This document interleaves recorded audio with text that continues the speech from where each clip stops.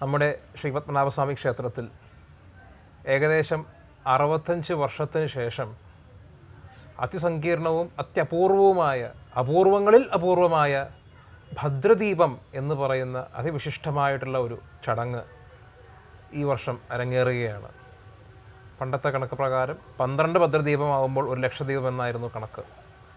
65 വർഷത്തിന് ശേഷം ഭദ്രദീപം എന്ന് പറയുന്ന ചടങ്ങ് വീണ്ടും പുനരാരംഭിക്കുകയാണ്. ഭദ്രദീപം എന്ന ചടങ്ങിനെക്കുറിച്ച് കൂടുതൽ അറിയാനും എന്താണ് ഭദ്രദീപം എന്നറിയാനും നമ്മോടൊപ്പമുള്ളത് ശ്രീ പത്മനാഭസ്വാമി ക്ഷേത്രം തന്ത്രി ആയിട്ടുള്ള ബ്രഹ്മശ്രീ പ്രദീപ് ഗോവിന്ദ നമ്പൂതിരിപ്പാട് എന്ന് പറയുന്ന കുട്ടൻ തിരുമേനിയാണ്. നമുക്ക് ഭദ്രദീപത്തിനെക്കുറിച്ച് കൂടുതൽ വിശേഷങ്ങൾ കുട്ടൻ തിരുമേനിയോട് ചോദിച്ച് മനസ്സിലാക്കാം. നമസ്കാരം തിരുമേനി. നമസ്കാരം. പിന്നെ നമ്മുടെ അമ്പലത്തിൽ ഏകദേശം 65 വർഷത്തിന് ശേഷം ഭദ്രദീപം എന്ന് പറയുന്നൊരു ചടങ്ങ് വീണ്ടും അരങ്ങേറാണ്. അപ്പോൾ എന്താണ് ഭദ്രദീപം എന്ന് പറഞ്ഞാൽ? ഭദ്രദീപം പുരാണങ്ങളിൽ, ബ്രഹ്മാണ്ഡ പുരാണം തുടങ്ങിയിട്ടുള്ള പുരാണങ്ങളിൽ ചില പരാമർശങ്ങളുണ്ട്. ഹേഹയ ചക്രവർത്തിയായിട്ടുള്ള കാർത്തവീര്യാർജുനൻ നടത്തിയിരുന്ന ഒരു വിശിഷ്ടമായ വൈഷ്ണവ ആരാധന, അതോടൊപ്പം കൂട്ടിച്ചേർക്കുകയാണെങ്കിൽ സൂര്യാരാധനയുടെ ഒരു രൂപം കൂടിയാണ് ഈ ഭദ്രദീപം. എന്താണെന്ന് വെച്ച് കഴിഞ്ഞാൽ, ഹേഹയ ചക്രവർത്തി മഹാവിഷ്ണുവിൽ നിന്ന് നാരദനും, നാരദനിൽ നിന്ന് കാർത്തവീര്യാർജുനനും കേട്ട് അല്ലെങ്കിൽ ഉപദേശപ്രകാരം നടത്തിയ സൂര്യാരാധനയുടെ ഒരു രൂപമാണ് ഭദ്രദീപം. സൂര്യനാണ് എല്ലാ ജീവജാലങ്ങളുടെയും സമസ്ത ലോകങ്ങളുടെയും ഊർജം എന്നുള്ളത് കൊണ്ട് തന്നെ ആ പ്രപഞ്ചശക്തിയെ ആരാധിച്ചാൽ ഈതിബാധകൾ, അതായത് ക്ഷാമം, പിന്നെ മറ്റ് അസുഖങ്ങൾ തുടങ്ങിയവയെല്ലാം മാറും എന്ന ഒരു വിശ്വാസത്തിൻ്റെ അടിസ്ഥാനത്തിൽ ആണ് സൂര്യനെ പണ്ട് മുതലേ, ഇന്നത്തെ ജനത എന്നല്ല, പഴയ ആദിമ മനുഷ്യൻ മുതൽ ആരാധിച്ചിരുന്ന ഒരു പ്രപഞ്ചശക്തിയാണ് സൂര്യൻ. അതിൻ്റെ ഒരു വൈദിക താന്ത്രിക സ്വഭാവത്തിലുള്ള ഒരനുഷ്ഠാനമാണ് ഈ ദീപയാഗം എന്ന കൂടി പേരുള്ള ഈ ഭദ്രദീപം. അതാണ് ആദ്യമായിട്ട് കാർത്തവീര്യാർജുനൻ നടത്തി. അത് പുരാണങ്ങളിൽ പരാമർശിക്കുന്നു. അതുപോലെ ചരിത്രത്തിൽ വേണാട്ടരചനായ, അത് നമ്മുടെ തിരുവിതാംകൂറിൽ വേണാട്ടരചനായ വീരമാർത്താണ്ഡൻ എന്ന ഒരു രാജാവ് ഈ ഒരു ഇത് നടത്തിയതായിട്ട് ചരിത്രങ്ങളിൽ രേഖപ്പെടുത്തിയിട്ടുണ്ട്. ശേഷം ആണ് മാർത്താണ്ഡവർമ്മയിലേക്ക്, തിരുനാൾ മാർത്താണ്ഡവർമ്മ ആധുനിക തിരുവിതാംകൂറിൻ്റെ ശില്പിയായിട്ടുള്ള എന്ന് തന്നെ പറയട്ടെ, അദ്ദേഹത്തിൻ്റെ ഇതിലേക്ക് ആ രാജ്യമെല്ലാം വെട്ടിപ്പിടിച്ചതിന് ശേഷം പല ഒരു യുദ്ധമാവുമ്പോൾ പലതും സംഭവിക്കും. പല ചെയ്യാൻ പാടില്ലാത്ത ചില പലതൊക്കെ ചെയ്തിട്ടുണ്ടാവാം. സ്വന്തം വിശ്വസ്തന്മാരെ അടക്കം ചിലപ്പോൾ വധിക്കേണ്ടി വരാം. അപ്പോൾ അങ്ങനെയൊക്കെയുള്ള പല ബ്രഹ്മഹത്യാദി ദോഷങ്ങൾ, അതിനെന്താണ് പരിഹാരം? രാജ്യം എല്ലാം സ്വസ്ഥമായാലും രാജാവിൻ്റെ മനസ്സ് സ്വസ്ഥമാവില്ല.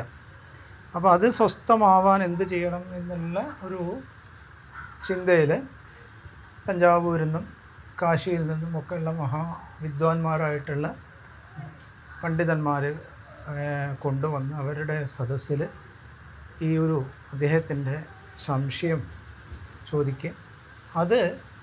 അതിനവർ നൽകിയിട്ടുള്ളൊരു പ്രതിവിധി ഈ ഒരു ഇപ്പോൾ ഏറ്റവും പ്രധാനം അദ്ദേഹത്തിൻ്റെ കുലദൈവമായ പത്മനാഭനെ പ്രസാദിപ്പിക്കുക, അല്ലെങ്കിൽ അദ്ദേഹത്തിന് എന്നുള്ള നിലയ്ക്ക് ആംനായ ജപം, അതായത് ക്ഷേത്രത്തിൻ്റെ പുഷ്ടിവർദ്ധകങ്ങളായിട്ടുള്ള ക്രിയകളിൽ ഒന്നായ ആചാര്യ തപസ്, ആംനായ ജപം തുടങ്ങിയവയിൽ ശ്രദ്ധയൂന്നാനും അതിൽ ചില ചിട്ടകൾ ഏർപ്പെടുത്താനും നിർദ്ദേശിച്ചു. അതിൽപ്പെട്ട ഒന്നാണ് എല്ലാ അയനത്തിലും ഈ ഭക്ഷണോത്തരായണത്തിൽ എല്ലാ അയന സംക്രാന്തിക്കും ദീപം വരാവുന്ന തരത്തിൽ ഈ ദീപയാഗം. അത് പ്രധാനമായിട്ടും രാജ്യത്തിൻ്റെ ശ്രേയസ്സിന് വേണ്ടിയിട്ടുള്ളതാണ്. രാജാവിൻ്റെ ഫലം അതാണ്. ഫലം എന്ന് പറയുന്നത് ഒരു പൗഷ്ടിക ക്രിയ എന്ന് പറഞ്ഞാൽ രാജ്യത്തിൻ്റെ പൗഷ്ടികമാണ്. അത് ദേവൻ്റെ പൗഷ്ടികം എന്നതിനേക്കാൾ ഉപരി രാജ്യത്തിൻ്റെ പൗഷ്ടികമാണ്. അത് എന്താണെന്ന് വെച്ച് കഴിഞ്ഞാൽ നമ്മുടെ പ്രകൃതിക്ക് ശക്തി നൽകുന്നത്, അല്ലെങ്കിൽ നമ്മുടെ മനുഷ്യനായാലും ഇപ്പോൾ മയൂരൻ എന്നുള്ള കവിയൊക്കെ കുറിച്ച് കേട്ടിട്ടുണ്ടാവാം. മയൂര ശതകം. സൂര്യനെ ആരാധിച്ച അദ്ദേഹത്തിൻ്റെ ദേഹത്ത് ഉണ്ടായിരുന്ന മാറാവ്യാധിയായിട്ടുള്ള കുഷ്ഠം സൂര്യനെ ആരാധിച്ച അദ്ദേഹം 100 ദിവസം കൊണ്ട് ഓരോ ദിവസം ഓരോ ശ്ലോകം ചൊല്ലി നമസ്കരിച്ച് പ്രീതിപ്പെടുത്തി അങ്ങനെ സൂര്യനിൽ നിന്ന് തേജസ് ഉൾക്കൊണ്ട് അസുഖം മാറ്റി എന്നുള്ള കഥ നമ്മൾ പലരും കേട്ടിട്ടുണ്ടാവും. സൂര്യശതകം എന്ന് പറഞ്ഞ പുസ്തകം ഇപ്പോൾ കിട്ടാനുള്ളതാണ്, വായിച്ചു നോക്കിയാൽ അറിയാം. അതൊക്കെ വളരെ വളരെ വളരെ ഫലവത്തായിട്ടുള്ള, സൂര്യനെ ആരാധിക്കാൻ വളരെ ഫലവത്തായിട്ടുള്ളൊരു സ്തോത്ര ശതകം കൂടിയാണത്. അപ്പം അങ്ങനെ ഉള്ള ഒരു ചരിത്രം നമുക്കുള്ളപ്പോൾ പ്രകൃതിയെ ആരാധിക്കുക. പ്രകൃതി ആരാധിക്കുക എന്ന് പറഞ്ഞു കഴിഞ്ഞാൽ പഴയ കാലത്ത് ഇപ്പോൾ നമ്മൾ പണ്ട് ഏറ്റവും പഴമയിലേക്ക് പോവല്ല, അല്ലെങ്കിൽ മനുഷ്യൻ ഒരു പ്രാകൃതനായിരിക്കുന്ന കാലത്തെ അതിലേക്ക് പോവല്ല, എന്നാൽ ആധുനികമായിട്ടുള്ള സമ്പ്രദായങ്ങൾ ഉൾക്കൊണ്ട് അക്കാലത്തെ ഏറ്റവും മോഡേണായിട്ടാണ് എന്ന് പറയട്ടെ. പറഞ്ഞാൽ ഒരു പ്രകൃതി ആരാധന എന്ന് പറയുന്ന ഒരു പ്രകൃതി ആരാധനയുടെ ഒരു താന്ത്രിക വൈദിക താന്ത്രിക വെർഷനാണ് ഭദ്രദീപം. അതിലുള്ള പ്രധാനമായിട്ടും പറഞ്ഞു കഴിഞ്ഞാൽ ഏറ്റവും അവിടെ ആരാധിക്കുന്നത് തന്നെ സൂര്യനെ. അത് ഈ അയനം എന്ന് പറയുന്നത് തന്നെ സൂര്യനാണല്ലോ. 365 ദിവസം. ഈ 365 ദിവസത്തിൽ നമ്മൾ വർഷമായിട്ടും അല്ലെങ്കിൽ ദിവസമായിട്ടും 24 മണിക്കൂറിനെ ദിവസമായിട്ടും 24 മണിക്കൂർ കഴിഞ്ഞാൽ അതിന് 7 ദിവസം കൂടുമ്പോൾ ആഴ്ചയായിട്ടും അങ്ങനെ നമ്മുടെ കൽപ്പന ഹോരാശാസ്ത്രങ്ങളിലും മറ്റു ശാസ്ത്രങ്ങളിലും പറയുന്ന ആഴ്ചകളും മാസങ്ങളും ഋതുക്കളും അയനങ്ങളും വർഷങ്ങളും. ഇതിൽ ഏറ്റവും പ്രധാനപ്പെട്ടത് ദിവസമാണ്. ഓരോ ദിവസവും ഒരു മനുഷ്യനെ ഒരു ദിവസം എന്തെല്ലാം ചെയ്യണം എന്നൊക്കെ ശാസ്ത്രം വിധിച്ചിട്ടുള്ളതാണ്. അപ്പോൾ ഓരോ അതനുസരിച്ച് ഇപ്പോൾ അയനങ്ങൾ, ഇപ്പോൾ സംക്രാന്തികൾ അങ്ങനെ വരുമ്പോൾ 30 ദിവസം കൂടുമ്പോൾ അല്ലെങ്കിൽ ഒരു മാസം വരുമ്പോൾ സംക്രാന്തി വരും. ആ സംക്രാന്തി എന്ന് പറയുമ്പോൾ 2 സന്ധി എന്ന് പറയാം. 2 കവലകൾ തമ്മിൽ സന്ധി ചെയ്ത് നിൽക്കുക അതാണല്ലോ. ഇതിപ്പോൾ അത് നോക്കിയാലും അറിയാം, ഇതിപ്പോൾ എവിടെ നിന്ന് വരുന്നതാണ് എവിടെ നിന്ന് പോകണമെന്ന് അറിയാത്ത ഒരു കൂടിച്ചേരൽ. ആ കൂടിച്ചേരലാണല്ലോ സംക്രാന്തി എന്ന് പറയണത്. അയനം അങ്ങനെ ഒന്നിൽ നിന്ന് ഒന്നിലേക്ക് സംക്രമിക്കുന്നു. ആ സംക്രമത്തിൽ ചെയ്യുന്ന ദാനങ്ങൾ അത് സാധാരണ സംക്രാന്തിക്ക് ചെയ്യുന്ന എന്ത് ചെയ്താലും എന്ന് പറയണ നമുക്ക് ദിവസവും ദാനം ചെയ്യാം. പക്ഷെ സംക്രാന്തികളിൽ ദാനം ചെയ്താൽ കോടി പുണ്യമാണ്. അതായത് ഒരു ദിവസം ഒന്നിന് പകരം കോടി അല്ലെങ്കിൽ ലക്ഷം കോടി കൊടുത്ത ഫലമാണ് സംക്രാന്തിയുടെ അന്ന് ദാനം ചെയ്ത. അപ്പോൾ അപ്പോൾ സംക്രാന്തോ യാനി ദത്താനി എന്നുള്ള, അപ്പോൾ അങ്ങനെ സംക്രാന്തിക്ക് എന്താണോ നൽകുന്നത് അതിനെ ഗുണിതങ്ങളായിട്ട് സൂര്യൻ നമുക്ക് നൽകും എന്നൊക്കെ ഇതിപ്പോൾ ശാസ്ത്രങ്ങളിൽ കാണാനുണ്ട്. അപ്പോൾ അത് വെച്ച് 2 മാസം കൂടുമ്പോൾ ഒരു ഋതു, 3 ഋതുക്കൾ കൂടിയാൽ ഒരു അയനം. ഈ അങ്ങനെ 2 അയനം ചേർന്നാൽ ഒരു വർഷം. അപ്പോൾ 12ൻ്റെ പ്രാധാന്യം ഇനി ഇങ്ങനെ 12 അയനം അല്ലെങ്കിൽ 12 അയനം ചേർന്നാൽ ആണ് ഇവിടെ ലക്ഷദ്വീപമായിട്ട് വരുന്നത്. അപ്പോൾ ഭദ്രദീപത്തിൻ്റെ പ്രാധാന്യം എന്ന് പറയുന്നത് ഈ ഓരോ അയനത്തിലും സൂര്യനെ, അതായത് നമ്മുടെ പ്രകൃതിയിൽ നോക്കിയാൽ അറിയാം ഓരോ അയനങ്ങളുടെയും പ്രത്യേകത. ഒരയനത്തിൽ വേദാഭ്യാസാദികൾ ചെയ്യണം, മറ്റൊരയനത്തിൽ ശാസ്ത്രാഭ്യാസങ്ങൾ ചെയ്യണം എന്ന് ഉപനിഷത്തുകളിലൊക്കെ കാണാനുണ്ട്. അപ്പോൾ ആ ഒരു അടിസ്ഥാനത്തിൽ മിഥുനമാസം കഴിഞ്ഞ് വരുന്ന കർക്കടം, ആ അയനത്തിൽ ഉത്തരായനത്തിലും ദക്ഷിണായനത്തിലും അയനസംക്രാന്തി പ്രാധാന്യം കൊടുക്കുന്നുണ്ട്. അന്ന് അയന സമയത്ത് അല്ലെങ്കിൽ ആ ഒരു സംക്രാന്തി സമയത്ത് ദീപമുണ്ടാവുന്ന തരത്തിൽ ആ ദിവസം മുഴുവൻ ചിലപ്പോൾ ഇവിടെ പ്രത്യേകത എന്താണെന്ന് വെച്ച് കഴിഞ്ഞാൽ ഇവിടുത്തെ ശ്രീപത്മനാഭസ്വാമി ക്ഷേത്രത്തിലെ പ്രത്യേകത, പത്മനാഭനാണ് പെരുമാൾ ചക്രവർത്തി. അതെ, ഭദ്രദീപം ഇവിടെ എങ്ങനെയാണെന്നുള്ളത് മാർത്താണ്ഡവർമ്മ മഹാരാജാവ് രാജ്യം വെട്ടിപ്പിടിച്ച് നിയമങ്ങളും നിബന്ധനകളും ഒക്കെ ഉണ്ടാക്കി അതിനുശേഷം രാജ്യം എന്ത് ചെയ്തു? ശ്രീപത്മനാഭനെ സമർപ്പിച്ചു, തൃപ്പടിദാനം ചെയ്തു. അത് 1900 അത് ചെയ്തപ്പോൾ പിന്നെ രാജാവ് അത് കൊടുത്തു കഴിഞ്ഞാൽ, ഒരാൾക്കൊരു സാധനം ദാനം ചെയ്താൽ പിന്നെ അതിൻ്റെ മുകളിൽ അധികാരമില്ല. അപ്പോൾ അദ്ദേഹം പ്രതിപുരുഷനായിട്ട്, റിസീവറായിട്ട് ആണ് രാജ്യം ഭരിക്കുന്നത്. അപ്പോൾ അതാവുമ്പോൾ എന്താണ്, ചക്രവർത്തി അല്ലെങ്കിൽ രാജാവ് എന്നുള്ള സ്ഥാനം മുഴുവൻ ഇവിടെ പത്മനാഭനാണ്. ഇദ്ദേഹം വാള് പിടിച്ച മഹാരാജാവ് പ്രതിപുരുഷൻ മാത്രമാണ്, ഒരു വില്ലേജ് ഓഫീസറെന്നോ അല്ലെങ്കിൽ എന്താ പറയുക, ആ ഒരു പ്രതിപുരുഷൻ്റെ സ്ഥാനം മാത്രമാണ്. അപ്പോൾ അദ്ദേഹം ചെയ്യിക്കുകയാണ് ചെയ്യുന്നത്. അദ്ദേഹത്തിന് വേണ്ടി ഇപ്പോൾ നമ്മൾ ഒരു മൈനർക്ക് വേണ്ടി മേജർ ചെയ്യുന്ന ഒരു ഇതാണ് ശരിക്കും. ദേവൻ എന്ന് പറയുന്നത് മൈനറാണ്. ആ മൈനറായ വ്യക്തിക്ക് വേണ്ടി മേജറായിട്ടുള്ള ആള് ചെയ്യണം. അപ്പോൾ ലീഗൽ ഭാഷ തന്നെ പെർപച്വൽ മൈനർ എന്നാണല്ലോ വിശേഷിപ്പിക്കുന്നത്. ലീഗൽ ഭാഷ അതല്ല, ലീഗലായി പറയുമ്പോൾ പെർപച്വൽ മൈനറാണ് ദേവൻ. അപ്പോൾ ആ അതിൽ ഒരു പ്രതിപുരുഷനായിട്ടാണ് ഇവിടെ രാജ്യം ഭരിക്കുന്നത്. അപ്പോൾ ദേവൻ്റെ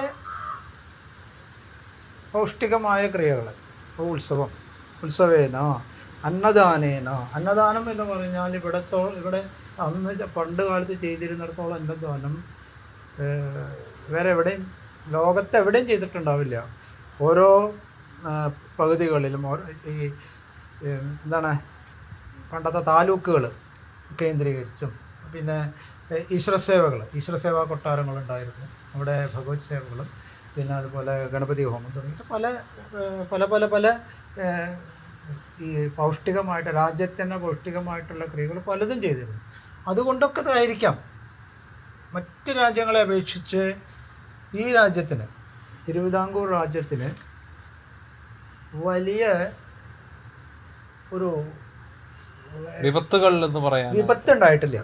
മറ്റൊന്ന് നോക്കിക്കോളൂ, പല ദിക്കിൽ നോക്കിക്കോളൂ. മറ്റ് നമ്മുടെ ബംഗാൾ ഫെമൈൻ എന്ന് പറഞ്ഞിട്ട് ബംഗാൾ പട്ടണം ഉണ്ടായിട്ടുണ്ട്. സൂറത്തിലെ പ്ലേഗ്, ബംഗാളില് പഞ്ഞം. ഇവിടെ നമ്മുടെ നാടിനെ സംബന്ധിച്ചിടത്തോളം അസുഖങ്ങൾ വരാൻ വളരെ എളുപ്പമാണ്. കാരണം ചതുപ്പ് പ്രദേശങ്ങളാണ് കൂടുതൽ. പിന്നെ അതുപോലെ തന്നെ കടലിൻ്റെ സാമീപ്യം, ധാരാളം മഴ എന്ന് പറഞ്ഞാൽ മഴയുള്ളൂ, ചിലപ്പോൾ മഴയില്ല, ഇതൊക്കെ വരാം. ഇത് ഒക്കെ കാത്തു നിന്നത് ഇവിടുത്തെ എന്തോ ഒരു ശക്തിയാണ്. അപ്പോൾ അത് ഞാൻ വിശ്വസിക്കുന്നത് ഇതുപോലെയുള്ള ചില ചിട്ടവട്ടങ്ങൾ ഏർപ്പെടുത്തി, അങ്ങനെ ഏർപ്പെടുത്തിയതിൽ പ്രധാനമായിട്ടുള്ള ഈ ഒരു ആരാധനാ സമ്പ്രദായം, ഈ വൈഷ്ണവമായിട്ടുള്ള വിഷ്ണുയാഗം എന്ന് പറയാം, അല്ലെങ്കിൽ ഈ ദീപയാഗം എന്ന് പറയുന്ന ഈ ഇതിലൂടെ ഈ നമ്മളെ ഏറ്റവും അധികം ആരാധിക്കേണ്ടത് ആരെയാണോ അദ്ദേഹത്തെ ആരാധിക്കുകയും അവരെ പ്രീതിപ്പെടുത്തുകയും ചെയ്തിരുന്ന ഈ ഒരു സംഭവം ഉണ്ടായതുകൊണ്ട് മറ്റു രാജ്യങ്ങളിൽ ഉണ്ടായിരുന്ന ദൗർഭിക്ഷം പിന്നെ നോക്കുമ്പോൾ വളരെ വളരെ കുറവായിരുന്നു. അഞ്ചിനാടൊക്കെ ധാന്യത്തിൻ്റെ കളവറാന്നല്ലേ പറയാം. അപ്പോൾ അതൊക്കെ ഉണ്ടാവാൻ കാരണം തന്നെ സൂര്യൻ ഒന്ന് ആലോചിച്ച് നോക്കിയാൽ അറിയാലോ, അതിവൃഷ്ടിയായാലും നമ്മൾ അനുഭവിച്ചതാണ്, അനാവൃഷ്ടിയായാലും അതെ. പിന്നെ വളരെ താപം കൂടിയാലും നമുക്ക് ജീവിക്കാൻ പറ്റില്ല, തണുപ്പായാലും നമുക്ക് ജീവിക്കാൻ പറ്റില്ല. ഇതൊക്കെ ജീവിക്കാൻ പറ്റുന്ന പല പല പ്രദേശങ്ങളുണ്ട്. പക്ഷെ നമ്മളെ സംബന്ധിച്ചിടത്തോളം നമ്മളൊരു മിതോഷ്ണ ആയിട്ടുള്ള സ്വഭാവത്തിൽ ജീവിക്കുന്ന ഒരു പ്രദേശമായതുകൊണ്ട് അതിനെ എല്ലാം വേണ്ടതുപോലെ ആക്കാൻ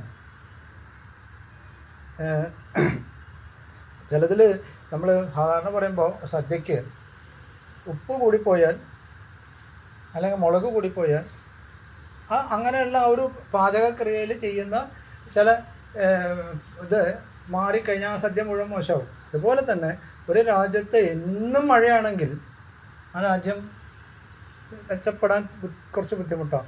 അതുപോലെ എന്നും ഒരു 100 ഡിഗ്രി ചൂടാണെങ്കിലും രക്ഷപ്പെടില്ല. അപ്പോൾ അതുപോലെ ഇതെല്ലാം മാറ്റി ഒരു മിതമായ കാലാവസ്ഥയിൽ നമ്മുടെ തിരുവിതാംകൂറിനെ കൊണ്ടുപോയിരുന്നത് ഇതുപോലെയുള്ള സത്കർമ്മങ്ങളുടെ ഫലമാണ്. ഇനി അത്തരം കർമ്മങ്ങളില്ലാതെ ആയതിൻ്റെ ചില എന്നെ പോലെയുള്ളവർക്ക് തോന്നുന്നത് ശരിയായിക്കൊള്ളണം, ഞാൻ വിശ്വസിക്കുന്നത് ശരിയാണെന്നാണ്.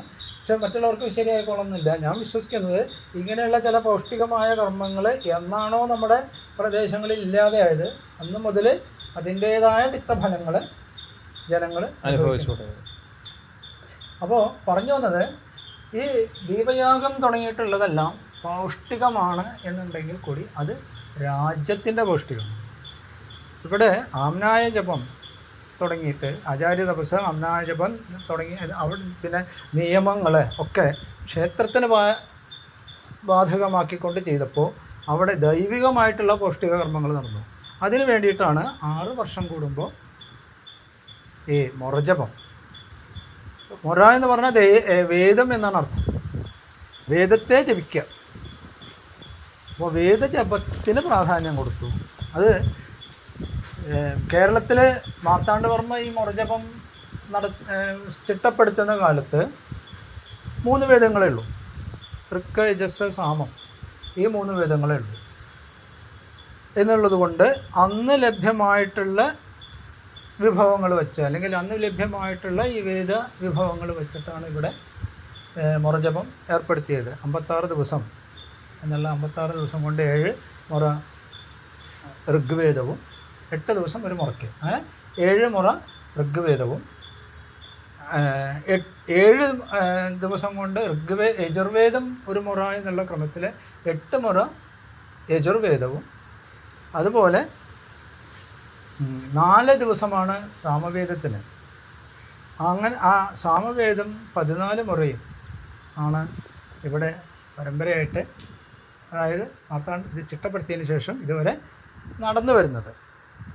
അന്നൊക്കെ പണ്ടത്തെ കാലത്തൊക്കെ പറയണ കേട്ടിട്ടുള്ളത് ആയിരക്കണക്കിന് വേദജ്ഞന്മാർ ഇത് പങ്കെടുത്തിരുന്നു.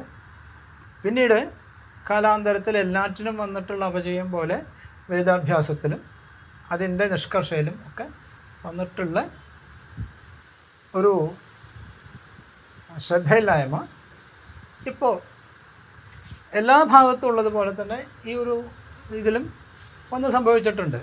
എങ്കിലും ഇപ്പോഴും അത് വണ്ണത്തിനല്ല. മറ്റത് ആയിരക്കണക്കിന് പേര് എന്ന് പറയുന്നത് ബൃഹത്തായിട്ടുള്ളൊരു സംഖ്യയാണ്, അത് വലിയൊരു സംഖ്യ. അതില്ലെങ്കിലും കുറവായാലും ആ എണ്ണം നടത്തുക എന്നുള്ള നിലയ്ക്ക് ഇപ്പോഴും നടന്നു വരുന്നുണ്ട്. അപ്പോൾ വേദജപം ദേവൻ്റെ പൗഷ്ടികവും ഈ നമ്മുടെ ദീപയാഗാദി ക്രിയകൾ, ഉത്സവം ദീപയാഗാദി ക്രിയകളൊക്കെ ദേശത്തിൻ്റെ പൗഷ്ടികവുമായിട്ടുള്ള ഒന്നാണ്. ഇനി ദീപയാഗത്തിൻ്റെ പ്രാധാന്യം. ദീപയാഗം എന്ന് പറഞ്ഞു കഴിഞ്ഞാൽ എന്താണ് ഈ ഭദ്രദീപം? അതാണ് എന്താണ് ഭദ്രദീപം എന്നറിയാൻ സാധാരണ ആൾക്കാർക്ക് എല്ലാവർക്കും ഉണ്ടാവാം. എന്താണ് ഭദ്രദീപം? ഭദ്രദീപത്തിന് സാധാരണ അയനങ്ങൾക്ക് ചെയ്യുന്ന ഭദ്രദീപം 6 ദിവസത്തെ 5 ദിവസം 5 അഹസ്സായിട്ട് മുളയിട്ട് ചെയ്യുന്ന ഒന്നാണ്. മറ്റ് ലക്ഷദ്വീപത്തിനാകുമ്പോൾ അത് 7 അഹസ്സായിട്ട് മുളയിട്ട് അങ്കുരാർപ്പണം നടത്തി ചെയ്യുന്ന ഒരു ക്രിയാകലാപമാണ്, ക്രിയകളുടെ കൂട്ടമാണ്. ആദ്യത്തെ 1-2 ദിവസങ്ങളിലൊന്നും വലിയ പ്രാധാന്യം പ്രത്യക്ഷത്തിൽ ജനങ്ങൾക്ക് അനുഭവപ്പെടില്ല. ആദ്യത്തെ ദിവസത്തെ ഇത് വരണം എന്ന് പറഞ്ഞാൽ ആചാര്യനെയും ആചാര്യവരണം എന്ന് പറയുന്നത് അതന്നെ, ആചാര്യവരണം, ആചാര്യനെ വരിക്കണം. ആചാര്യൻ ഇത് ചെയ്യാൻ, ഈ ക്രിയ ചെയ്യാൻ ക്ഷണിക്കുന്നത് പോലെ അല്ലേ, ഈ ക്രിയ ചെയ്യാൻ അറിയുന്ന ശാസ്ത്രവിത്തായിട്ടുള്ള ആചാര്യനെ ക്ഷണിച്ച് കൊണ്ടുവന്ന് അദ്ദേഹത്തിനെ ഈ ക്രിയ ചെയ്യാൻ ഏൽപ്പിക്കുക. നമ്മൾ ഒരു സാധാരണ പറയുകയാണെങ്കിൽ ഒരു പെര പണിയാൻ വേണ്ടി വന്നു കഴിഞ്ഞാൽ അതിന് പ്ലാൻ ഉണ്ടാക്കാൻ ഒരാളെ ഏൽപ്പിക്കണ പോലെ ഒരാളെ ചുമതലപ്പെടുത്തുക എന്ന് പറയുന്നത്. അങ്ങനെ ആചാര്യനെ വഹിക്കുന്നു. അതോടൊപ്പം ഒരാളെ കൊണ്ട് മാത്രമാവില്ല അത്. അപ്പോൾ ആചാര്യൻ്റെ ഒപ്പം ഈ ക്രിയകൾ ചെയ്യാനുള്ള സഹ ആചാര്യന്മാരെ, ഋത്വിക്കുകളെ ആയിട്ടുള്ളവരെ ഭരിക്കുന്ന ഒന്നാണ് ആദ്യത്തെ ദിവസം. അത് യജമാനൻ എന്നുള്ള നിലയ്ക്ക് മഹാരാജാവാണ് ആചാര്യവരണം ചെയ്യേണ്ടത്. അപ്പോൾ രാജാവിൻ്റെ സാന്നിധ്യത്തിൽ പ്രതിപുരുഷനായിട്ടുള്ള ഒരാൾ, ചക്രവർത്തിയായിട്ടുള്ള പത്മനാഭ പെരുമാളിൻ്റെ പ്രതിപുരുഷനായിട്ടുള്ള മഹാരാജാവ്, ആ മഹാരാജാവിൻ്റെ പ്രതിനിധിയായിട്ട് ഒരു ആള്, അദ്ദേഹമാണ് ഇത് ഭരിക്കുക. ഓരോരുത്തരെ ആദ്യം ആചാര്യനെ ഭരിക്കും, പിന്നെ സഹകർത്തിക്കളെ ഭരിച്ച് ഇന്നത് ചെയ്തു തരണം എന്ന് പറയും. അവരത് ചെയ്യാമെന്ന് ഏൽക്കുകയും ചെയ്യുന്നതാണ് ഈ വരണ എന്ന് പറയുന്നത്. ആദ്യത്തെ ചടങ്ങ് എന്ന് പറയുന്നത് ആചാര്യവരണം എന്നുള്ളതാണ്. അപ്പോൾ ആദ്യം ഏതൊരു ക്രിയക്കായാലും നമ്മൾ ഒരാളെ ഏൽപ്പിക്കുക, പരസ്പരം വിശ്വാസത്തോടു കൂടി ഏൽക്കുകയും ചെയ്യുന്ന ഒന്നാണ് ഈ എല്ലാത്തിലേക്കും നോക്കിക്കോളൂ. ഇതിപ്പോൾ ഈ ഒരു ക്രിയയ്ക്ക് മാത്രമല്ല, നമ്മൾ സാമാന്യ ജീവിതത്തിലായാലും പൊതുവായിട്ടുള്ളതാണ് ഈ ഒരു വരിക്കുക എന്ന് പറയുന്നത്. പരസ്പര വിശ്വാസത്തിൽ ഏൽപ്പിച്ച് അത് വിശ്വസ്തയോടുകൂടി കാര്യങ്ങൾ ചെയ്യുക എന്നുള്ളതാണ്. അപ്പോൾ അങ്ങനെ ആചാര്യനെ ഭരിക്കണം. ആ ആചാര്യൻ അന്ന് വൈകുന്നേരം അവിടെ മണ്ഡപത്തിൽ ഈശാന്ത കോണിലുള്ള സ്ഥാനത്ത് ഒരു ക്രിയയുടെ ഏറ്റവും പ്രധാനപ്പെട്ട ഒന്നാണ് മംഗളമായിട്ടുള്ള ആരംഭത്തിനും സമാപനത്തിനും വേണ്ടിയിട്ട് ബീജാങ്കുരാർപ്പണം എന്ന് പറയുന്നത്, അങ്കുരാർപ്പണം നടത്തൽ. ആ ക്രിയ ചെയ്യുന്നു. അതോടൊപ്പം അവിടെ തന്നെ ഇവിടെ ഈ മണ്ണുനീർ കോര അല്ലെങ്കിൽ മൃതസംഗ്രഹണം എന്ന് പറയുന്നത് വെച്ച് അതിനുശേഷം തുടങ്ങുന്നതല്ലേ ഈ അങ്കുരാർപ്പണം എന്ന് പറയുന്നത്? അങ്കുരാർപ്പണത്തിൽ അത് 2 തരത്തിലുണ്ട്. ഒന്ന്, ഈ ഇവിടെ മണ്ണ് കോരൽ തുടങ്ങിയിട്ടുള്ളതെല്ലാം അത് അകത്ത് ദൈവികമായിട്ടുള്ള ഒരു ചിട്ടപ്പെടുത്തലായതുകൊണ്ട് അത് അങ്ങനെ ഉണ്ടായിട്ടുള്ളതാണ്. ഇത് ഇത് രാജ്യപൗഷ്ടികമായതുകൊണ്ട് ഇതിന് അങ്ങനെയുള്ള ഒരു ചിട്ട, അതായത് മണ്ണ് കോരൽ എന്നെ ഒരു പ്രാധാന്യം കൊടുത്തുകൊണ്ട് വാദ്യഘോഷങ്ങളോടുകൂടി കൊണ്ടുവന്നതായിട്ട് പരാമർശം എവിടെയും കണ്ടിട്ടില്ല. ഇന്നത്തെ 65 കൊല്ലം മുമ്പ് 60 കൊല്ലം മുമ്പ് നടന്ന ഒരു ക്രിയയുടെ തുടർച്ചയായിട്ട് നോക്കുമ്പോൾ അതിൻ്റെ ഒരു പരാമർശം എവിടെയും കണ്ടിട്ടില്ല. അപ്പോൾ അതുകൊണ്ട് തന്നെ മുളയിടണം എന്ന് പറഞ്ഞിട്ട് എന്നുള്ളത് വിട്ട് അതിൽ കണ്ടിട്ടില്ല. പക്ഷെ ഇവിടെ ആവുന്നതുകൊണ്ട് അങ്ങനെ ഉണ്ടാവാൻ സാധ്യത ഉണ്ടാകാം എന്നേ പറയാൻ പറ്റുള്ളൂ. ഉം. അത് പ്രത്യേകിച്ച് ഒരു രേഖയൊന്നും അല്ലെങ്കിൽ ഒരു പരാമർശം കാണാത്തത് കൊണ്ട് ഇത്തവണ ഇപ്പം അങ്ങനെ ഒരു സത്യം പറഞ്ഞു കഴിഞ്ഞാൽ ഇതൊരു ട്രയലാണ് എന്ന് പറയേണ്ടി വരും. ഇത് കണ്ടവരും കേട്ടവരും അനുഭവിച്ചവരുമില്ല ഇന്നത്തെ തലമുറയിൽ. ഇന്നത്തെ തലമുറയിൽ ഒരു 65 കൊല്ലം മുമ്പുണ്ടായ ഇതിനെ ഇങ്ങനെയാണ് അങ്ങനെയാണെന്ന് പറഞ്ഞു തരാൻ പറ്റിയ ഒരാളില്ല. പിന്നെ അത് ആ ഒരു അങ്ങനെ ഒരു വലിയൊരു പ്രതിസന്ധി ഉണ്ട് ഞങ്ങളുടെ മുമ്പിൽ. ഇത് കാണാത്ത ഒന്നാണ്, കേൾക്കാത്തതല്ല, കേട്ടുണ്ട്, ഇങ്ങനെ ഉണ്ടായിട്ടുണ്ട് എന്നുള്ളത്. എന്നാൽ പൊതുവേ മറ്റുള്ളവർക്ക് ഇത് കേൾക്കാത്ത ഒന്നാണ്, അനുഭവിക്കുകയും ചെയ്തിട്ടില്ല. അപ്പോൾ ഇത് അതിനെ ഒരു ട്രൈ ഔട്ടായിട്ട് ഒരു ചലഞ്ചായിട്ട് എടുത്തുകൊണ്ടാണ് ഇപ്പോൾ ഞങ്ങൾ ഇതിങ്ങനെ എന്താണ് ഇത്തവണ ചെയ്യാമെന്നുള്ള ഒരു തീരുമാനത്തിലെത്തിയിട്ടുള്ളത്. അപ്പം അതിൽ ചിലപ്പോൾ ഇനിയിപ്പോൾ ഇത് കഴിയുമ്പോഴാണ് പറയുക, ആരെങ്കിലും ഇപ്പോൾ കണ്ട് പരിചയമുള്ള ആരെങ്കിലും ഒക്കെ ഉണ്ടാവാം. ഇപ്പോൾ അങ്ങനെ വരികയാണെങ്കിൽ തന്നെ അവർക്ക് 100 വയസ്സിൻ്റെ അടുത്ത് എത്തിയിട്ടുണ്ടാവും. അപ്പോൾ ഇതിൻ്റെ അനുഭവം അറിയുന്നവർക്കുണ്ടെങ്കിൽ, പക്ഷേ സത്യത്തിൽ അന്വേഷിച്ച് നോക്കിയപ്പോൾ ആർക്കും അങ്ങനെ ഒരു ഞാൻ പറഞ്ഞു എൻ്റെ ഒരു അനുഭവം വെച്ച് നോക്കുകയാണെങ്കിൽ 2002 മുതൽ ഇതിന് വേണ്ടിയിട്ട് ഞാൻ ശ്രമിച്ചിറങ്ങിയതാന്ന് പറയാം. അതായത് ഇത് ഇങ്ങനെ ഒരു സ്റ്റേജിൽ കൊണ്ടുവരണം എന്നല്ല, ഇതെന്താണെന്ന് അറിയാൻ വേണ്ടിയിട്ടുള്ള ശ്രമം 2002 മുതൽ. 2002 ഇവിടെ സറണ്ടർ എന്ന് പറഞ്ഞിട്ടൊരു മാഗസിൻ ഇറങ്ങി. 2002 തുലാമാസത്തിൽ ഉത്സവം കഴിഞ്ഞപ്പോൾ അന്ന് മാർത്താണ്ഡവർമ്മ അദ്ദേഹം തമ്പുരാൻ ഉത്രാടം തിരുനാൾ അദ്ദേഹത്തിനെ കണ്ടപ്പോൾ ഇങ്ങനൊരു ഇത് പറഞ്ഞു, അങ്ങനെ ഒരു സംഭവം മുറജമാണ് പറഞ്ഞത്. അപ്പോൾ അതിനൊരു എന്തെങ്കിലും ചെയ്യണം എന്നൊക്കെ പറഞ്ഞു. അപ്പോൾ അന്നും അദ്ദേഹത്തിന് മോഹം ഉണ്ടായിരുന്നു തിളങ്ങണം എന്നൊക്കെ. പക്ഷെ അതൊക്കെ അത്ര എളുപ്പമല്ലാത്തതുകൊണ്ട് നമ്മളതിന് അല്ലാതെ ചെവി കൊടുത്തില്ല എന്ന് പറയാമായിരിക്കും. പക്ഷെ അതിന് ശേഷം നമുക്കൊരു ഇത് കഴിഞ്ഞിട്ട് വലിയ താമസമില്ലാണ്ട് 2 ആഴ്ച കഴിഞ്ഞപ്പോൾ പറഞ്ഞു ഒരു ലേഖനം വേണം അയാൾ ചിന്തിക്കാൻ. ഞാൻ നമ്മളെക്കാട്ടിലും കാരണന്മാരൊക്കെ ഇരിക്കുമ്പോൾ, വലിയേട്ടുണ്ട്, അനിയേട്ടുണ്ട്, ഇവരൊക്കെ ഉണ്ട്. അപ്പോൾ അവരൊക്കെ ഇരിക്കുമ്പോൾ ഞാൻ എഴുതുക എന്നുള്ളത് അച്ഛനില്ല. 2092 ചിത്രനാള് ഒരു വർഷത്തിന് ശേഷമായിരുന്നു. അപ്പോൾ അത്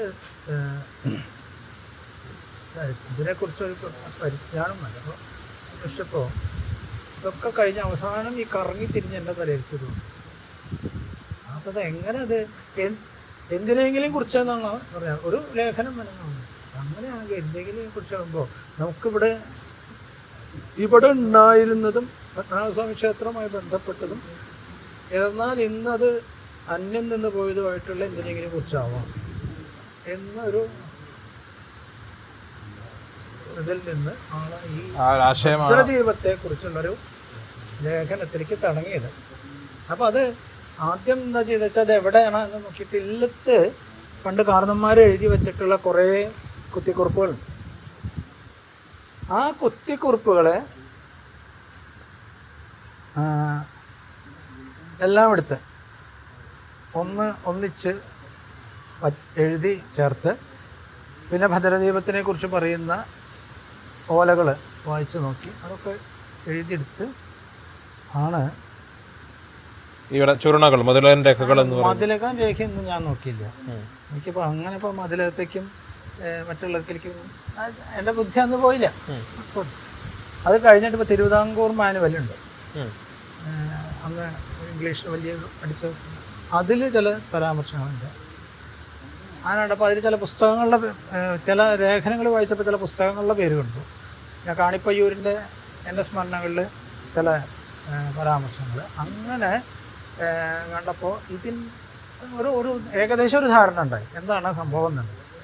അപ്പോഴും ഇതെന്താണ്, എന്തിനു വേണ്ടിയാണ് എന്നുള്ള മുഴുവൻ ബോധം അപ്പോഴും പോയില്ല. എന്നിട്ട് ഞാൻ കുറച്ചുകൂടി ഡീപ്പായിട്ട് ചില പുസ്തകങ്ങളൊക്കെ വാങ്ങി വരുത്തി വായിച്ച് നോക്കിയിട്ട് അപ്പോൾ തോന്നിയത് ഇത് ഇങ്ങനെയാണ്. ആദ്യത്തിനെ ആവാഹിക്കുന്നുണ്ട്, ആദ്യത്തിനെ പൂജിക്കുന്നുണ്ട്, അത് കഴിഞ്ഞാൽ ആദിത്യനെ ഉദ്വസിക്കുന്നുണ്ട്. അതിനൊക്കെ വരുമ്പോൾ അത് ആദിത്യനെ ആവാഹിക്കുക, പൂജിക്കുക തുടങ്ങിയിട്ടുള്ളത് അതൊരു ഒന്ന് സർവം വിഷ്ണുമയം ജഗത് എന്ന് പറയുന്നുണ്ട്. അപ്പോൾ എല്ലാം വിഷ്ണു തന്നെയാണ്. പിന്നെ ആദിത്യൻ എന്ന് പറയുന്നതും സൂര്യമണ്ഡല മധ്യസ്ഥം ആയിട്ടുള്ള ഇത് മഹാവിഷ്ണുവാണെന്ന് പറയുന്നുണ്ട്. മഹാവിഷ്ണുവിൻ്റെ അംശം മറ്റൊരു രൂപമാണ് ആദിത്യൻ എന്ന് പറയുന്നത്. മറ്റൊക്കെ ഈ ആദിത്യോയി എന്നുള്ള മറ്റ് വേദങ്ങളിലുമൊക്കെ ആദിത്യനെ വിഷ്ണുവായിട്ടും വിഷ്ണുവിനെ ആദിത്യനായിട്ടും ഇന്ദ്രനായിട്ടും ഒക്കെ പ്രകീർത്തിക്കുന്നുള്ളത് കൊണ്ട് ഇത് രണ്ടും ഏകം സത് വിപ്രാം ബഹുധാവദന്തി എന്നുള്ള ആ ഒരു തത്വത്തിലേക്ക് എത്തിക്കൊണ്ട് ഇത് ആദിത്യൻ തന്നെയാണ് വിഷ്ണു, വിഷ്ണു തന്നെയാണ് ആദിത്യൻ എന്നുള്ളതിലേക്ക് എത്തിപ്പെട്ടു. അപ്പം അങ്ങനെയാണെങ്കിൽ എന്നാൽ കുറച്ചും കൂടി നമുക്ക് വായിച്ചറിയണമല്ലോ. അപ്പോഴേക്കും എങ്ങനെയാ വെച്ചാൽ ഇത് അടുത്ത ആഴ്ച എനിക്ക് സാധനം കിട്ടണം, പിന്നത്തെ ആഴ്ച എനിക്ക് കിട്ടണം എന്നുള്ള നിലയ്ക്ക് അങ്ങനെ നോക്കി ആണ് അതിനെക്കുറിച്ചൊരു രൂപം എഴുതിയുണ്ടാക്കിയത്. ഇപ്പോൾ ശരിക്കും പറഞ്ഞാൽ ഇതിന്റെ ഇപ്പോൾ ഭദ്രദീപം തുടങ്ങാനുള്ള ഒരു ബീജം എന്ന് പറയുന്നത് 2002 മൊറജപാണെന്ന് വേണമെങ്കിൽ പറയാം. 2001-2002 മൊറജപാണെന്ന് പറയാം. അപ്പോൾ അതിന്റെ ഒരു ബീജം വന്നത് ശരിക്കും വീണ്ടും തുടങ്ങാനുള്ള ഒരു വിത്ത് ഭാവിയത് എന്നാണ് പറയാം. അത് കഴിഞ്ഞിട്ട് പിന്നെ അതൊക്കെ വിട്ടു. പിന്നീട് അതിനെക്കുറിച്ചുള്ള ഒരു ഇതുണ്ടായത് കഴിഞ്ഞ ലക്ഷദ്വീപ കാലത്ത് ഇവിടെ സെമിനാറും മറ്റുണ്ടായപ്പോൾ അതിൽ ഒരു പേപ്പർ അവതരിപ്പിച്ചു. അതും ഈ ഒരു ഭദ്രദീപത്തിനെ കുറിച്ചായി. അപ്പോഴും ഇങ്ങനൊരു ഭദ്രദീപം ക്രിയയായിട്ട് നടത്തണം എന്ന് അന്ന് ഗവർണറിൽ ഉണ്ടായിരുന്നപ്പോൾ ഗവർണറുടെ സദസ്സിൽ വെച്ച് അടക്കം ആവശ്യപ്പെടുകയുണ്ടായി. പിന്നീടും അതൊക്കെ ഈ വെള്ളത്തിൽ വരച്ച പോലെ വരച്ച രേഖ പോലെ അങ്ങനെ ഇരിക്കുക എന്നല്ലാണ്ട് വേറെ ഒന്നും ഉണ്ടായില്ല. അപ്പോൾ പിന്നീട് ഇപ്പോഴാണ് കഴിഞ്ഞ ഒരു കൊല്ലമായിട്ടാണ് ഇതിലേക്ക് ഇത്തിരി വീണ്ടും സജീവമായതും. അങ്ങനെയാണെങ്കിൽ നമുക്ക് നോക്കാം. ഇല്ലാത്ത ഒന്നിനെ അല്ലെങ്കിൽ ഇല്ലാത്തതെന്ന് പറയാനില്ല, വിസ്മൃതിയിലായിരുന്ന ഒന്നിനെ പുനർജനിപ്പിക്കാനായിട്ടുള്ള ഒരു പുനർജനിപ്പിക്കാനുള്ള നിയോഗം എന്ന് പറയട്ടെ, അങ്ങനെ ഏറ്റെടുക്കാം എന്നുള്ള ഒരു തീരുമാനത്തിലെത്തി. അതിൻ്റെ ഒരു പരിസമാപ്തിയായിട്ട് ഇപ്പോൾ ഇവിടെ ഭദ്രദീപം നടത്താം ഈ വർഷം എന്നുള്ളത് തീരുമാനിക്കുകയും ചെയ്തു. മാത്രമല്ല ഇവിടെ പത്മനാഭ ശർമ്മയുടെ ഒരു പ്രശ്നകാലത്ത് അതിൽ കാണുകയുണ്ടായിട്ടുണ്ട്. ലക്ഷദ്വീപം അല്ലെങ്കിൽ ഭദ്രദീപം നിർത്തിയത് ഒരു മംഗളകരമായ കാര്യമല്ല എന്നുള്ളത്, അത് നല്ലതല്ല എന്നുള്ള ഒരു ഇത് കാണുന്നുണ്ടായിട്ടുണ്ട്. അതുകൊണ്ട് ഒരു ഭദ്രദീപവും ഒരു ലക്ഷദ്വീപവും എങ്കിലും നടത്തണം എന്നതിൽ പരാമർശമുണ്ട്. അപ്പോൾ അതൊരു ഒരു പ്രശ്ന ചാർത്തിലുള്ള പരാമർശം എന്നുള്ള നിലയ്ക്ക് അതിനൊരു പരിഹാരക്രിയയുടെ പൂർത്തി എന്നുള്ള നിലയ്ക്കും കൂടി കണ്ടുകൊണ്ട് ഈ ഒരു ഭദ്രദീപവും അടുത്തുള്ള ലക്ഷദ്വീപ കാലത്തുള്ള ഭദ്രദീപവും കൂടി നടത്താം എന്നുള്ളൊരു ഇതിലാണിപ്പോൾ നമ്മൾ നിൽക്കണം. ഇനി തുടർന്ന് വേണം എന്ന് വെക്കുകയാണെങ്കിൽ അത് എങ്ങനെ നടത്തി കൊണ്ടുപോകാന്നുള്ളത് ഗൗരവമായിട്ട് ചിന്തിക്കേണ്ട ഒന്നാണ്. തിരുമേനി, അപ്പോൾ ഒരു സംശയം എന്താണെന്ന് വെച്ച് കഴിഞ്ഞാൽ ഇപ്പോൾ നമ്മൾ പറഞ്ഞു തന്നത് ഇപ്പോൾ ഇവിടെ ഭദ്രദീപത്തെ സംബന്ധിച്ച് ഇവിടെ നടക്കുന്ന ചടങ്ങുകൾ എന്ന് പറയുന്നത് അതിന്റെ ആദ്യം അങ്ങ് പറഞ്ഞു ആചാര്യവരണം, രണ്ടാമത് അങ്കുരാർപ്പണം, പിന്നെയുള്ള ചടങ്ങുകൾ എന്തൊക്കെയാണ്? മൂന്നാമത് ഇപ്പോൾ ഒരു ക്രിയയ്ക്ക് ഒരാള് ഉത്തരവാദിത്തപ്പെട്ട് കഴിഞ്ഞാൽ അല്ലെങ്കിൽ അത് ചെയ്യാൻ തയ്യാറായിട്ട് ഒരു യജമാനൻ ഉണ്ടായാൽ അദ്ദേഹത്തെ അതിന് നിയോഗിക്കുക എന്നുള്ളതാണ്. അപ്പോൾ അതായത് ഇപ്പോൾ മഹാരാജാവ് ഈ യാഗം ചെയ്യാൻ യജ്ഞം ചെയ്യാൻ തീരുമാനിച്ചു എന്ന് പറഞ്ഞാൽ അതിൻ്റെ നിർവിഘ്ന പരിസമാപ്തിക്ക് അദ്ദേഹത്തിനെ ചുമതലപ്പെടുത്തുന്നു. അതെ. അപ്പോൾ ഇവിടെ അതിന് വേണ്ടിയിട്ട് അദ്ദേഹത്തിന് പിറ്റേ ദിവസം ഭദ്രദീപം മുളയിട്ട് പിറ്റേ ദിവസം കാലത്ത് അദ്ദേഹത്തിന് ഒരു കലശാഭിഷേകം, മഹാരാജാവിന് കലശാഭിഷേകമുണ്ട്. അത് എന്താണ് യജമാനൻ്റെ ധ്യാനം അതെ, യജമാനൻ ഞാൻ അതിന് വ്രതം സ്വീകരിക്കാന്ന് പറയും. അതെ, യജ്ഞത്തിൻ്റെ ഒരു വ്രതം സ്വീകരിക്കുന്ന ഒന്ന്. അതിന് വേണ്ടിയിട്ട് അദ്ദേഹത്തിന് ഒരു കലശാഭിഷേകമുണ്ട്. പിന്നെ അതോടൊപ്പം അതുപോലെ തന്നെ അവസാന ദിവസം ഇത് കഴിയണമെന്ന് തിരുമുടിക്കലശം ആദ്യത്തെ ദിവസം ചെയ്യുന്ന ഇത് വ്രതം സ്വീകരിക്കുന്ന വ്യക്തിക്കാണ് എന്നാണെങ്കിൽ, രണ്ടാമത് ചെയ്യുന്നത് അവസാനത്തെ ദിവസത്തെ തിരുമുടി കലശം ചെയ്യുന്നത് മടിയിൽ വാളോടുകൂടി ആ ശ്രീകുമാരൻ്റെ ഒരു അടയാളമായിട്ടുള്ള രാജ്യത്തിൻ്റെ ആ ചിഹ്നമായിട്ടുള്ള ഉടവാളിനോട് കൂടി ഇരിക്കുന്ന മഹാരാജാവിനാണ് ഈ തിരുമുടി കലശം അഭിഷേകം ചെയ്യുന്നത്. അപ്പോൾ ഒന്ന് അത് അപ്പോഴാണ് ഇതിൻ്റെ ഉദ്ദേശിച്ച് അവസാനത്തെ സമയം ഈ അതിൻ്റെ ഒരു എല്ലാ പൗഷ്ടികമായിട്ടുള്ള അംശവും ഈ ഒരു പ്രതിപുരുഷനിലെത്തണം. മറ്റത് വ്രതം സ്വീകരിക്കുന്ന രാജാവിന് അത് കഴിഞ്ഞാൽ പിന്നെ അത് ആ ഒരു കലശം കഴിഞ്ഞ് കഴിഞ്ഞാൽ അവിടെ അന്നത്തെ ദിവസം വേറെ മുളപൂജയുള്ളൂ, വേറെ ക്രിയകളൊന്നുമില്ല. പിറ്റേന്നും മുളപൂജ, പിന്നെ അവിടെ സ്ഥലശുദ്ധി തുടങ്ങിയിട്ടുള്ള അത്യാവശ്യം ക്രിയകളെ മൂന്നാമത്തെ ദിവസമുള്ളൂ. നാലാമത്തെ ദിവസം എന്ന് പറയുമ്പോൾ ഇവിടുത്തെ നോക്കുമ്പോൾ 15-ാം തീയതി ഈ ഒരു ഇതിൽ വരുമ്പോൾ നാലാമത്തെ ദിവസം കാലത്ത് മണ്ഡപ സംസ്കാരം, അവിടെ ക്രിയകൾ നടത്തുന്ന മണ്ഡപത്തെ സംസ്കരിക്കുന്ന മണ്ഡപ സംസ്കാരം ഉണ്ട്. അതോടൊപ്പം അവിടെ മുളപൂജയൊക്കെ അവിടെ നടക്കും. പിന്നെ അതിന് ശേഷം ഈ അഗ്നിജനനമാണ്. അഗ്നിയെ ഉണ്ടാക്കുക. ഈ മംഗളകരമായിട്ടുള്ള ക്രിയയുടെ ആദ്യം ഒന്നുണ്ടല്ലോ, ദേവൻ്റെ പ്രതിപുരുഷനാണ് അഗ്നി. സപ്തജിഹ്വാണ്, 7 നാവുണ്ടെന്നാണ് പറയാം. ഈ അഗ്നിയിൽ സമർപ്പിക്കുന്ന എന്തും അതാണ് ദേവന്മാർക്കെത്തുന്നത്. അപ്പോൾ ആദ്യം ചെയ്യുന്നത് അഗ്നിജനനമാണ്. ഈ അഗ്നിജനനത്തിൽ ഇത് ക്രിയ തുടങ്ങാൻ, അല്ലെങ്കിൽ ആ അഗ്നിജനനം പൂർത്തിയാവുക വരുന്ന ആ ഘട്ടത്തിലാണ്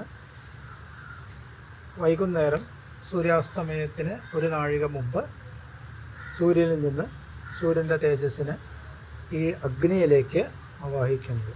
അതിനുശേഷം ആ അഗ്നിജനനം പൂർത്തിയാക്കും. അപ്പോൾ ആ അഗ്നിജനനത്തിൻ്റെ സമയത്ത്, അല്ലെങ്കിൽ ഈ സൂര്യനെ ആവാഹിക്കുന്ന സമയത്ത് തമ്പുരാൻ ഉണ്ടാവും. തമ്പുരാൻ അവിടെ നിന്ന് സൂര്യനെ ആരാധിച്ച് സ്തുതിച്ചതിന് ശേഷം ആണ് ആവാഹിക്കുന്നത്. ആവാഹിച്ച് ആ സൂര്യകല അഗ്നിയിലേക്ക് പകർന്ന് ആ അഗ്നിയെ അതിൻ്റെ എല്ലാ ക്രിയകളും നടത്തി അഗ്നിജനനം എന്നുള്ള ക്രിയ പൂർത്തിയാക്കും. അപ്പോൾ ആദ്യത്തെ ദിവസത്തെ ക്രിയ, അല്ലെങ്കിൽ ആ 4ാമത്തെ ദിവസത്തെ ക്രിയ അഗ്നിജനനമാണ്. അപ്പോൾ അഗ്നിയാണ് ഈ സൂര്യൻ്റെ, ഭൂമിയിലെ സൂര്യൻ എന്ന് പറയുന്ന അഗ്നി അംശം. മറ്റൊരു ലോകത്തെയാണ് തടിത്ത്, ആകാശത്ത് തടിത്തായിട്ടും ഭൂമിയിൽ സൂര്യനായിട്ടും പാതാളത്തിൽ സുവർണമായിട്ടുമാണ് സൂര്യൻ.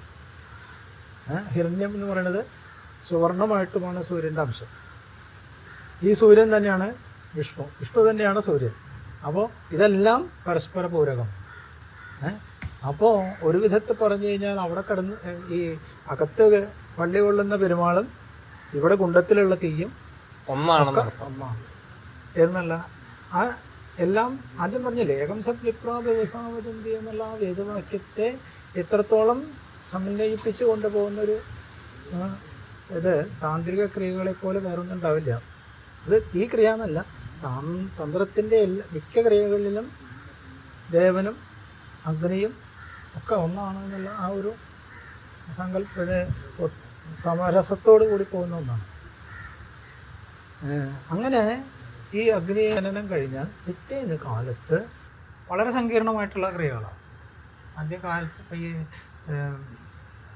അന്നത്തെ ദിവസം, അതായത് അഗ്നിജനനം ആചാര്യം മാത്രമേ വേണ്ടൂ, മറ്റുള്ളവരതിൻ്റെ ബാക്കിയുള്ള ക്രിയകൾ പിറ്റേ ദിവസമാണ് ചെയ്യുക. അപ്പോൾ ഇത് കഴിഞ്ഞിട്ട് പിറ്റേ ദിവസം ഈ അഗസ്ത്യ പുലർന്ന് അവിടെ ചെന്ന് കഴിഞ്ഞാൽ കയറി മണ്ഡപത്തിൽ ചെന്നാൽ ദീപഹോമം എന്ന് പറയും. ദീപഹോമം. അപ്പോൾ ദീപം കൊളുത്തുന്നതിന് മുമ്പ് ഉള്ള ഒരു ചെറിയ ഇതാണ്, ചെറുത്. ആ ദീപഹോമം അതിൽ സംവാദം എടുത്തതിന് ശേഷം ആണ്. അപ്പോൾ ഈ ആദ്യം അവിടെ കുണ്ടമുണ്ട്, കുണ്ടത്തിൻ്റെ അടുത്ത് തന്നെ ശരാപം. അപ്പോൾ ഇവിടെ 5 ദീപം വെച്ചുകൊണ്ടുള്ളതാണ് ഈ എല്ലാ ഭദ്രദീപവും ക്രിയകളും. 5 ദീപം പ്രധാനമായിട്ട്. ശരിക്കും നമ്മൾക്ക് ഭഗവത് സേവ ഉണ്ടല്ലോ, ഭഗവത് സേവയിൽ പ്രധാനമായിട്ടും ഒരു വിളക്കുണ്ടാവും. ആ വിളക്ക്, അതിന് തൊട്ടപ്പുറത്തൊരു വിളക്ക്, അതിനോടൊപ്പം ഇപ്പുറത്തൊരു കുണ്ടുണ്ടെന്നും കൂടി സങ്കല്പിച്ചോളൂ. ഇങ്ങനെ 5 ഇതായിട്ട് ദിക്കുകളിൽ കിഴക്ക്, തെക്ക്, വടക്ക്, പടിഞ്ഞാറ്, നടുക്ക് പ്രധാന ആചാര്യൻ്റെ കുണ്ടവും, പിന്നെ ഈ പ്രധാന ദീപവും, പിന്നെ അതിനോടൊപ്പം സാക്ഷി എന്ന് പറയും, സാക്ഷി ദീപവും അവിടെ ഉണ്ടാവും. ഇവിടെ ശരാപം എന്ന് പറയുന്ന ഒരു വിളക്ക് എന്ന് പറയട്ടെ, ഒരു വിശേഷമായിട്ടുള്ളൊരു ദീപമാണ് ഇവിടെ നടുക്കുണ്ടാവുക. ഏതാണ് ഈ 5 ദിക്കിലും നടുക്കിൽ പ്രധാന ദീപമായിട്ട് കൊളുത്താനുള്ളത് ശരാവുമാണ്. അതിന് എന്താ അർത്ഥം? ശരാവം എന്ന് പറഞ്ഞു കഴിഞ്ഞാൽ എന്താ അതിന് പറയേണ്ടത്, പ്രത്യേകിച്ച് അതിൻ്റെ ഒരു ആകൃതി പറഞ്ഞു കഴിഞ്ഞാൽ ഒരു വലിയൊരു കുടം പോലെ, അതിന് ഈ അടിയിലൊരു തണ്ടുണ്ടാവും, പിന്നെ അതിനൊരു ഇരിപ്പും ഉണ്ടാകുമ്പോൾ എങ്ങനെയാണോ അതേപോലെ ഉള്ളൊരു രൂപമാണ്. പാലിക, ശരാവം, ഘടികാപാലിക, ശരാവം, ഇങ്ങനെ 3 രൂപം ഈ ബീജാങ്കുരാർപ്പണത്തിന് ഇപ്പോൾ ക്ഷേത്രങ്ങളിൽ ഈ മുളമ്പാലിക എന്ന് പറയും, അങ്ങനെയുള്ള ഇതിലുണ്ട്. അപ്പോൾ ഒരു പ്രത്യേക രൂപമാണത്. അങ്ങനെയുള്ളത് നടുക്ക് ഒരു ഈ തിരി പിടിപ്പിക്കാനുള്ളൊരു കാലുണ്ട്. അതിൻ്റെ ഉള്ളിലേക്കാണ് തിരി ഇറക്കിയിടുക. ആ തിരി ഉണ്ടാക്കാനൊരു പ്രത്യേകം നൂറ്റ് കൊണ്ടുവരണം. അതിൽ ചില ഔഷധങ്ങൾ ചേർത്ത് തിരിക്കണം എന്നൊക്കെ ഈ ഇതിൽ കാണാനുണ്ട്. അങ്ങനെ ആ ഔഷധങ്ങൾ ചേർത്ത് തരച്ച നൂല് വേണം. പിന്നെ പശുവിൻ നെയ്യ് വേണം ഇതിലേക്ക് ഈ കത്തിക്കാനെടുക്കാൻ, അതൊക്കെ ഉണ്ടാകും. അപ്പോൾ ഈ ഒരു ശരാവമാണ് പ്രധാന ദീപമായിട്ട്. അതിനോടൊപ്പം ഒരു ചെറിയ ദീപം വേറെ ഉണ്ടാവും, അതാണ് സാക്ഷി ദീപം. ഇത് രണ്ടും കെടാതെ നിൽക്കണം. നേരത്തോട് നേരം പോരാ, ഒരു 36 മണിക്കൂറോളം നേരം കെടാതെ കത്തണം. അപ്പോൾ അതൊക്കെ നെയ്യ് തന്നെ വേണം. അത് നല്ല പശുവിൻ നെയ്യ് എന്നൊക്കെ പറയുന്ന പോലെ നല്ല പശുവിൻ നെയ്യ് തന്നെ വേണം. അങ്ങനെ ഈ ഒരു ഹോമത്തിന് അല്ലെങ്കിൽ ഈ ദീപത്തിൻ്റെ മുമ്പിലിരുന്ന് ആ ഹോമകുണ്ടത്തിൽ ആദ്യത്തെ ദിവസം അഭിനയനം ചെയ്ത ആ കുണ്ടത്തിൽ പിറ്റേന്ന് വന്നു കഴിഞ്ഞാൽ ആദ്യം നമ്മൾ ആ അഗ്നി തുറന്ന് ക്രിയകൾ തുടങ്ങി. അപ്പോൾ അതിന് മുമ്പ് മറ്റുള്ളവർ അഗ്നിയെ വിന്യസിക്കാനുള്ള തരത്തിൽ എല്ലാം ചെയ്തിട്ടുണ്ടാവും കൊണ്ടാണ്. എന്നിട്ട് അഗ്നിയെ വിഹരിക്കുക എന്ന് പറയും. അഗ്നിയെ വിഹരിച്ചതിന് ശേഷം ആ കുണ്ടത്തിൽ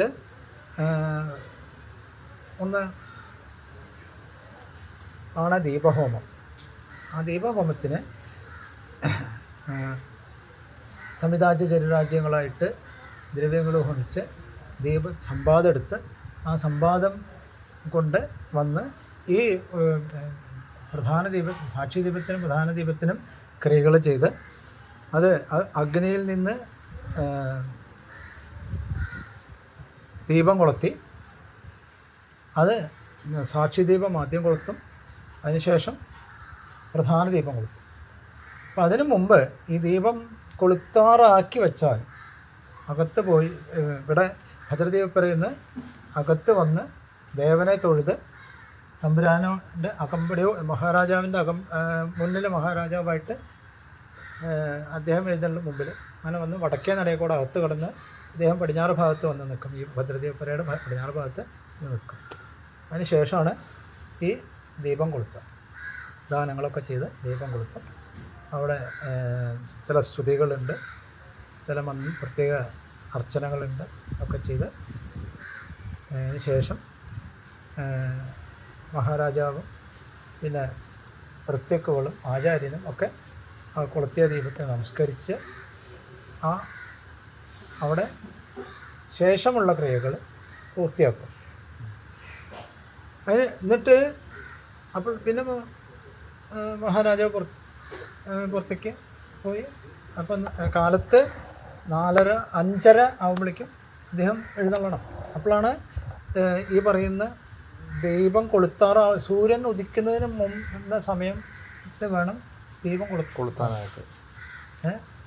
സൂര്യൻ അസ്തമിക്കുന്ന ഒരു നാഴിക മുമ്പ് ദീപം ഈ അസ്തമിക്കുന്നതിന് ഒരു നാഴിക മുമ്പ് സൂര്യനിൽ നിന്ന് ആവാഹിച്ച അഗ്നികളാക്കണം. അതിൽ നിന്ന് കൊളുത്തിയ ദീപം സൂര്യൻ ഉദിക്കുന്നതിന് മുമ്പ് ഉദിക്കുന്ന ആ സമയത്ത് ദീപത്തിലേക്ക് പകരണം. അപ്പോൾ സംക്രമ സമയത്ത് ദീപം ഉണ്ടാവണം എന്നാണ്. അപ്പോൾ അങ്ങനെ ഈ ഒരു ഇത് കഴിഞ്ഞാൽ പ്രാതർമധ്യ സായ കാലങ്ങളിലെ തൃതീയ സവനങ്ങൾ 3 സവനങ്ങളിലെ പൂജകൾ, ഈ പൂജയോടൊപ്പം വൈശ്യം നടത്തുക, അതോടൊപ്പം തൂവൽ ബലി നിത്യം ശ്രീബലി ചെയ്യുന്ന പോലെ തന്നെ മണ്ഡപത്തിൽ ബലി നടത്തുക. ഇതൊക്കെ അതിനോടൊപ്പം ഇവിടെ പ്രത്യേകമായിട്ട് അന്ന് കാലത്ത് ഇവിടെ കഴിയും ഒരു ചക്രാബ്ജ പൂജയുണ്ട്, കുംഭേശനും കർക്കരിയും അവിടെ പൂജയുണ്ട്, ചക്രാബ്ജ പൂജ. അതൊക്കെ അന്നത്തെ ദിവസം കാലത്ത് കഴിയും.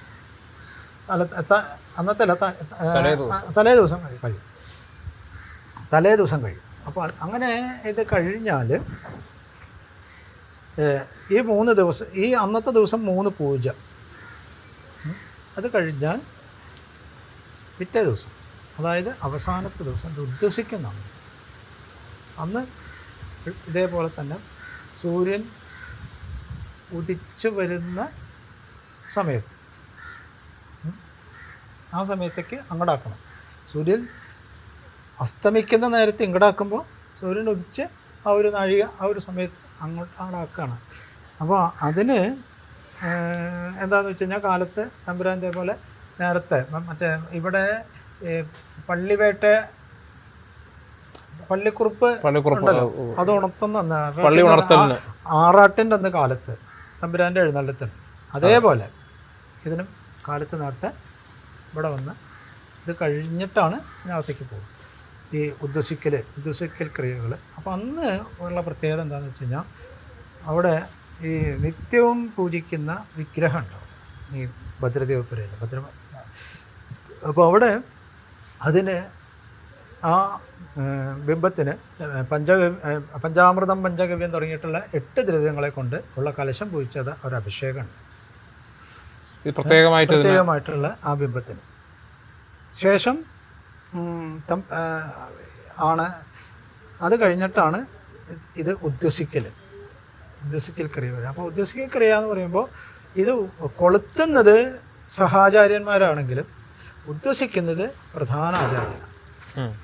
അപ്പോൾ ഓരോ കുണ്ടത്തിൽ നിന്നും ഓരോ ദീപത്തിൽ നിന്നും പ്രത്യേകം ആവാഹിച്ച് ഉദ്ദേശിച്ച് പ്രധാന ദീപത്തിലേക്ക് സംക്രമിപ്പിച്ചതിന് ശേഷം പ്രധാന ദീപം ഉദ്ദേശിച്ച് അല്ലെങ്കിൽ അതിലുള്ള പീഠശക്തിയും എല്ലാം ഉദ്ദേശിച്ച്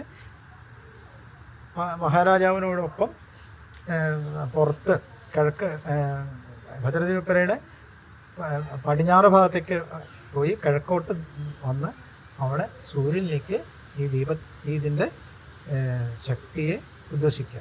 അപ്പോൾ സൂര്യനിൽ നിന്ന് ആവാഹിച്ച് പുഷ്ടിപ്പെടുത്തി ആ ഒരു ശക്തിയെ സൂര്യനിലേക്ക് തന്നെ സംക്രമിപ്പിക്കുക എന്നുള്ള ഒരു ഇതാണ് നടക്കുന്നത്. പറയുമ്പോൾ ഈ പറയുന്ന സമയം നമ്മളിപ്പോൾ 5 മിനിറ്റോ അല്ലെങ്കിൽ 10 മിനിറ്റോ കൊണ്ട് കാര്യം പറഞ്ഞു. പക്ഷേ ഇത് നടത്തുമ്പോൾ മണിക്കൂറുകൾ എടുക്കുന്ന ഒരു പ്രക്രിയ അവിടെ. അപ്പോൾ എന്താണെന്ന് വെച്ചാൽ സൃഷ്ടിസ്ഥിതി സംഹാരമൂർത്തിയായിട്ടുള്ള ആ സൂര്യന് സ്ഥിതിമൂർത്തിയായിട്ടുള്ള വൈഷ്ണവുമായിട്ട് സങ്കല്പിച്ച് പൂജിച്ച് വീണ്ടും നമ്മുടെ പ്രകൃതി ഒരു സന്തുലനമായിട്ട് നിൽക്കണം എന്നുള്ള പ്രാർത്ഥനയോടുകൂടി ഉദ്ദേശിക്കുന്ന ഒരു ആരാധനാക്രമമാണ് പണ്ടുള്ളവർ. ഒരക്ഷരത്തിൽ പറഞ്ഞാൽ ഒരു മഹായാഗം എന്ന് വേണമെങ്കിൽ പറയാം അല്ലേ?